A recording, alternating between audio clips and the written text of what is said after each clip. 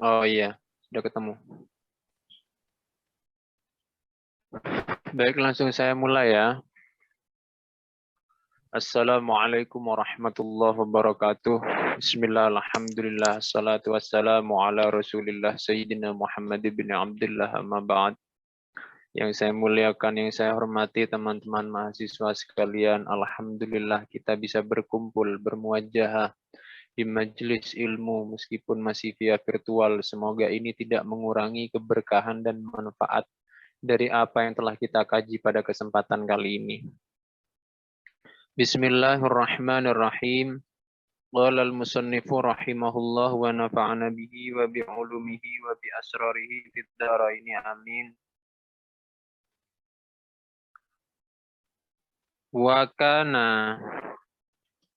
kana Syaikhu Abul Abbasi Al-Mursiyu rahimahullahu taala. Wa kana wawunya itu istinafiyah karena terletak di tengah kata, diapit oleh dua kata, tapi kalimat yang jatuh setelah waw itu adalah kalimat baru, atau istilah Arabnya itu jumlah baru. Maka wawnya itu disebut istinaf. Kana itu kananya adalah kana nakis. Kana itu ada tam, ada nakis. Kalau tam itu kananya itu butuh fa'il, kalau nakis itu butuh isim plus khobar. Cara membedakannya gimana atau cara mengetahuinya adalah dengan melihat apakah ada kata setelah kana yang cocok untuk dijadikan isim dan khobarnya kana. Kalau tidak ada berarti kananya tam. Ya. Kebetulan dalam teks ini yang menjadi isimnya kana di sini adalah kana nakis, ya. Yang menjadi isimnya kana adalah asyaikhu, yang menjadi khobarnya kana adalah yaqulu. Syekh Abul Abbas Al-Mursi rahimahullahu taala itu kalimat doa atau jumlah doaiyah. Bisa juga disebut kalimat sisipan atau jumlah i'tiradiyah.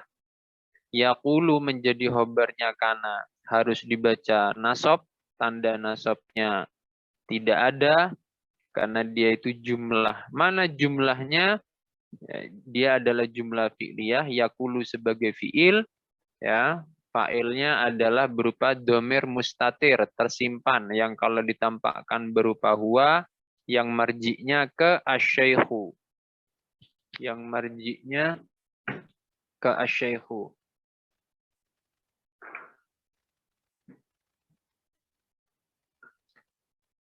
Yang marji'nya ke asyaikhu. Syekh Abul Abbas Al-Mursi berkata, makulu kaulin, isi ucapannya adalah, isi perkataannya adalah, alaikum. Alaikum bisababi. Ala itu dalam bahasa Arab itu bermakna wajib. Kalau lam itu bermakna boleh. Ya. Alaikum, wajib atas kalian itu bisababi, kerja. Sabab itu bisa dimaknai kerja di sana. Waliyaj'al, dan hendaknya waliyaj'al. Jadi yaj'al plus lam di awal itu adalah amar ghaib. Jadi amar itu ada dua, ada amar hadir, ada amar ghaib. Kalau amar hadir itu adalah fiil amar biasa. Ya, jadi misalkan seperti idrib. Kalau amar ghaib itu adalah fiil mudhari yang ketambahan lam amar. Dan lam amar ini itu muathir, ya, berpengaruh pada lafaz setelahnya, yakni lam amar itu menjazmkan. Lam amar itu bagian dari ambil jazm. Waliyaj'al, jadi lam amar itu kalau tidak ada kata sebelumnya maka dikasroh. Liyaj'al. Tapi karena ada kata sebelumnya yakni wawu, ya. Jadi lamnya disukun, lam amarnya disukun. Waliyaj'al. Dan hendaknya menjadikan ahadukum, salah seorang di antara kalian, ahadu itu menjadi fa'ilnya yaj'al, ya. Makutahu, alat tenunnya, subhatahu sebagai tasbihnya. Wa qaddumahu dan kapaknya subhatahu sebagai tasbih. Wal khiyatata dan jahitannya subhatahu sebagai tasbih. Was safaro dan safarnya, bepergiannya, perginya dalam rangka mencari nafkah itu subhatahu sebagai tasbihnya. Lalu setelahnya waqad ajma'al ulama'u. Para ulama telah sepakat. Ajma'a itu dimaknai sepakat. Ya, waqad wawunya itu istinaf lagi, qad setelahnya qad itu ada ajma'a, maka qad itu bermakna taukid, ya. Taukid itu penegas, ya, penguat.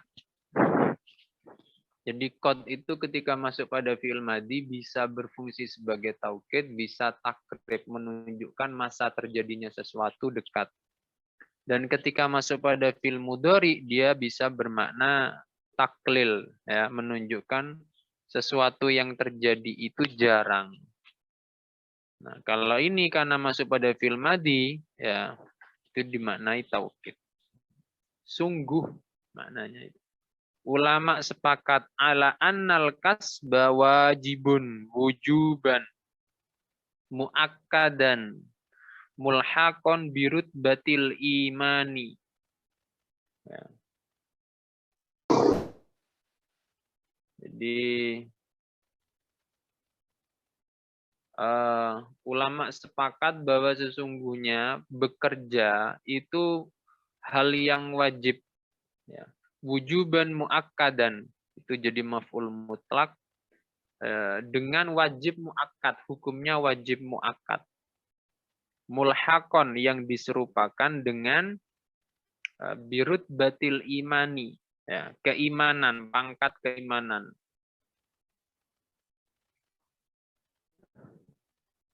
Jadi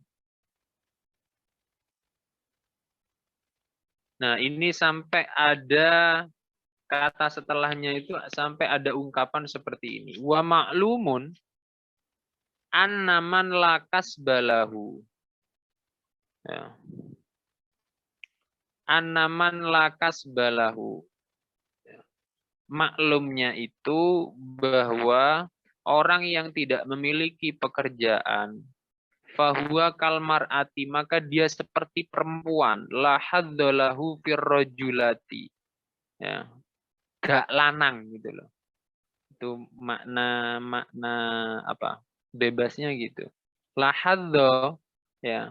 Ora ono bagian iku maujud lahu kedue man firrajulati ing dalam sifat lanang. Maksudnya itu enggak laki gitu loh. Kok ada orang laki enggak kerja, maka dia sifat kelelakiannya kurang gitu, karena nggak kerja tadi itu, ya, karena nggak kerja tadi itu. Lalu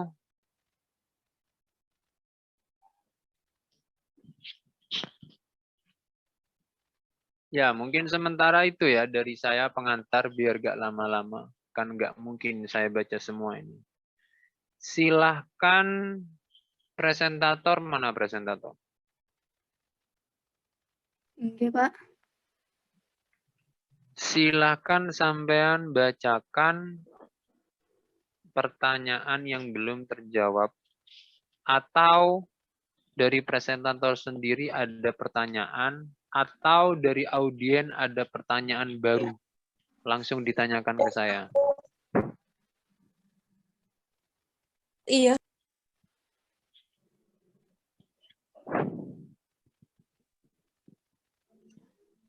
Ada pertanyaan, Pak. Ya, ayo silakan.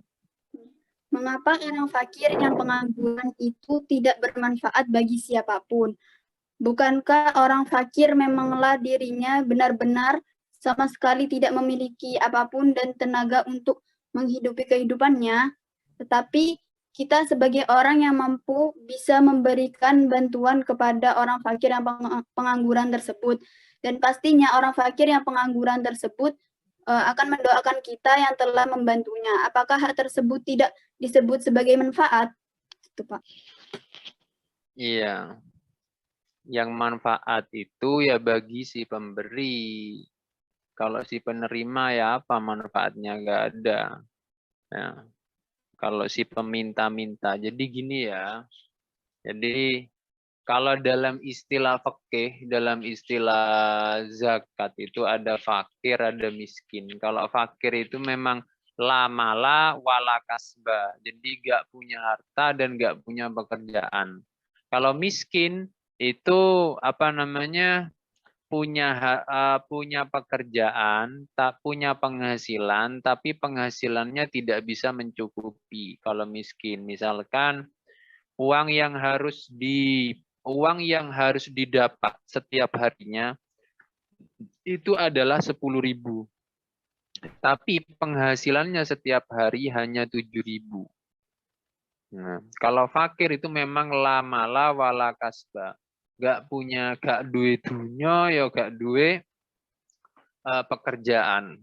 Nah, ungkapan dari yang diungkap oleh si musannif ya di sini bahwa fakir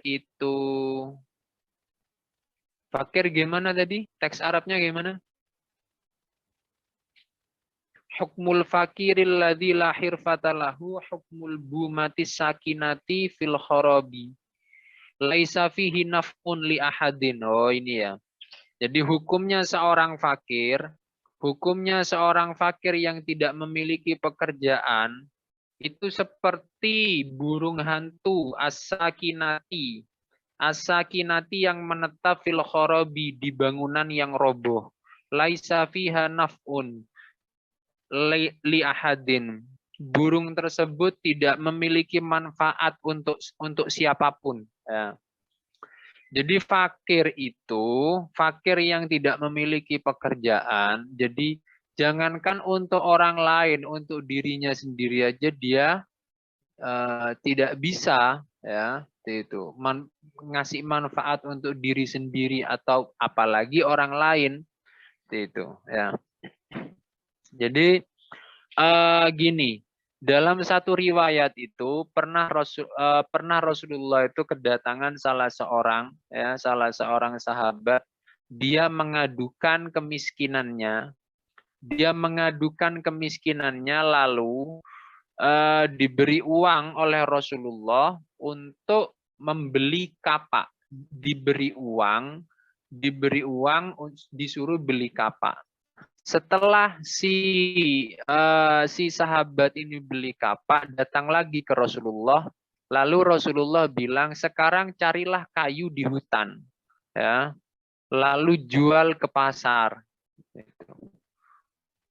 Lalu Rasulullah dawuh bahwa uang dari hasil keringat sendiri ya itu lebih utama.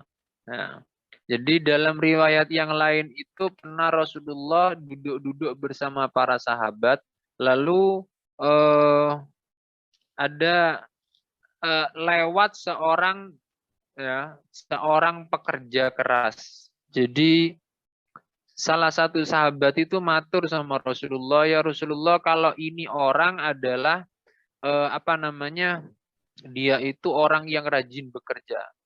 Lalu tanggapan Rasulullah apa? Tanggapan Rasulullah, jika dia itu bekerjanya dia itu agar anak istrinya tidak terlantar, ya, agar terhindar dari meminta-minta, ya, maka dia itu fisabilillah. Ya, maka dia itu fisabilillah. Jadi memang sampai di kitab ini kan juga diungkapkan bahwa orang yang bekerja dengan pekerjaan yang hukumnya sifatnya makruh, misalkan seperti dia profesinya sebagai tukang bekam atau tukang pembuat panah, ya. Itu kan secara fikih makruh. Tapi dawuhnya ulama, hal ini lebih baik, bekerja dengan pekerjaan yang sifatnya makruh itu lebih baik daripada orang yang hidup dari menjual agama, ya.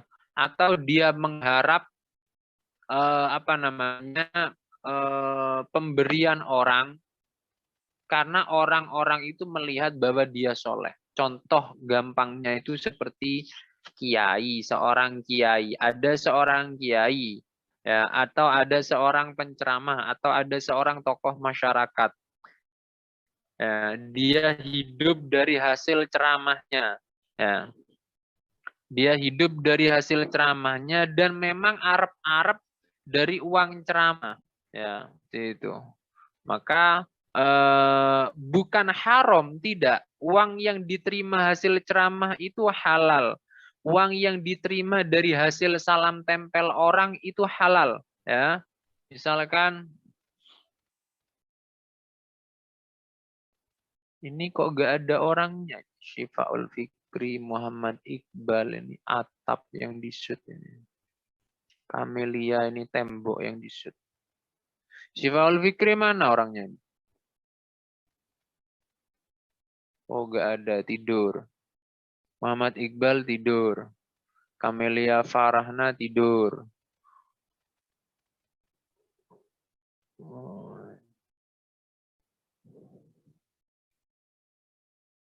Misalkan M. Fikri Alamsyah.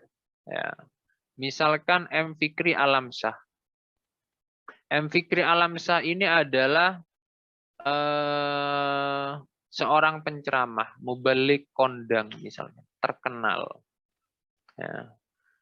Lalu memang dari padatnya jadwal ceramah sehingga akhirnya Fikri tidak sempat untuk bekerja, melakukan pekerjaan atau melakukan kegiatan lain yang menghasilkan uang untuk diberikan kepada anak istrinya karena padatnya jadwal ceramah.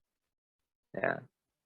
Tetapi Fikri ini apa namanya tidak menggantungkan hidupnya, ya, iktimatnya, ya, bersandarnya hatinya Fikri itu bukan kepada uang hasil ceramah, ya, tapi kepada Allah. Maka ini tidak bisa disebut sebagai orang yang apa namanya lebih buruk daripada orang yang bekerja dengan profesi yang makruh.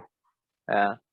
Jadi nggak boleh misalkan ya kita melihat seorang kiai, ya seorang penceramah, lalu kita langsung judge bahwa wah wong iki elek, wong iki urip teko hasil ceramai, urip dari menjual agama misalkan.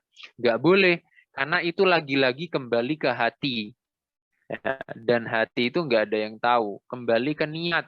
Ya, itu. Kalau niatnya itu adalah nasruddin, nasrul ilmi, nasrus syariah, menyebarkan agama, menyebarkan syariat misalkan, ya, bukan menggantungkan hidupnya kepada hasil ceramah, ya, maka ini tidak tergolong orang yang buruk meskipun halal, ya. Yang perlu dicatat itu halal, uang hasil ngajar, uang hasil ceramah. Fikri misalkan selain dia ceramah juga bisa ngasih doa-doa syifa, misalkan doa-doa ngobati, ya. Kalau bahasa Maduranya itu ratnya raten, ya.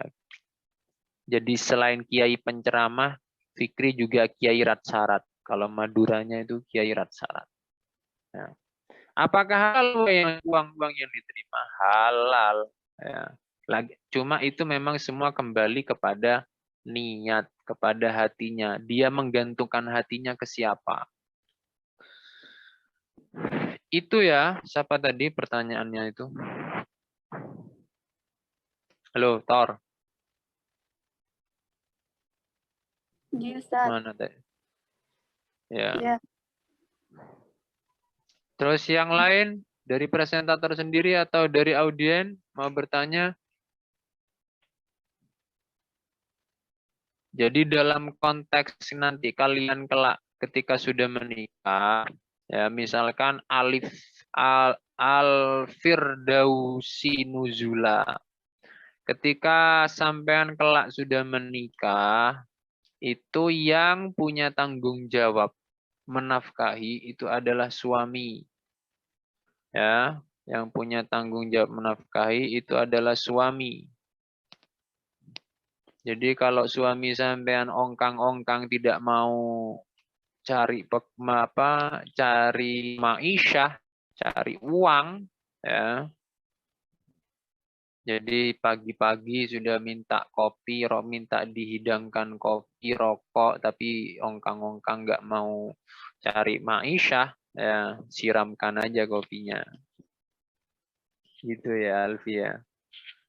Nah, jadi intinya, makanya menjadi tugas suami itu berat, ya. Makanya sampai ada satu riwayat itu yang menceritakan ketika ada onta yang lagi ngamuk. Onta salah seorang sahabat, milik salah seorang sahabat yang lagi ngamuk. Ya, tiba-tiba ngamuk. Lalu minta tolong ke Rasulullah gimana caranya onta ini bisa jinak. Lalu Rasulullah datang dan onta itu dipandang dengan pandangan rahmat. Hingga akhirnya onta itu berjalan ke arah Rasulullah sampai onta itu sujud ke Rasulullah. Lalu si sahabat ini bilang seperti ini ke Rasulullah, ya Rasulullah, kalau onta yang tidak berakal saja ini sujud kepada panjenengan, maka saya lebih berhak, saya sebagai manusia, makhluk yang berakal, lebih berhak sujud kepada panjenengan. Jawab Rasulullah adalah, jangan. Manusia itu tidak boleh sujud kepada manusia. Seandainya boleh manusia sujud kepada manusia, maka akan saya suruh istri sujud kepada suami. Ya, akan saya suruh istri sujud kepada suami. Saking besarnya tanggung jawab suami. Ya. Jadi tugas istri itu hanya dua. Ya. Tugas istri itu yang sifatnya duniawi itu dua. Yang pertama itu adalah manut ketika suami butuh, ya, dalam hal hubungan suami istri. Ya, istri itu harus manut, harus mau kapanpun dibutuhkan. Yang kedua adalah tidak keluar rumah saat suami tidak mengizinkan. Ya. Selebihnya seperti mencuci pakaian, seperti cuci piring, seperti jemur pakaian, seperti ngerumat anak, itu tanggung jawab suami. Ya, tanggung jawab suami. Jadi misalkan Mbak Hidayah Fresinta, misalkan Mbak Hidayah sudah menikah, bilang aja ke suaminya, Mas, jarene dosenku biyen Pak Widodo iku wong wedok iku gak tidak punya tanggung jawab. Bukan tanggungan istri untuk mencuci pakaian, untuk mencuci piring. Silahkan sampean cari asisten rumah tangga. Ya gak apa-apa kalau suaminya mampu. Ya. Lek gak mampu ya ojo meksa Hidayah. Ya. Gitu. Ya. Dah, itu ya. Ada yang lain, tak?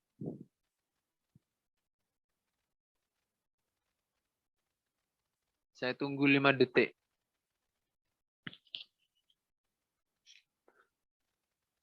3, 4, 5, nggak ada.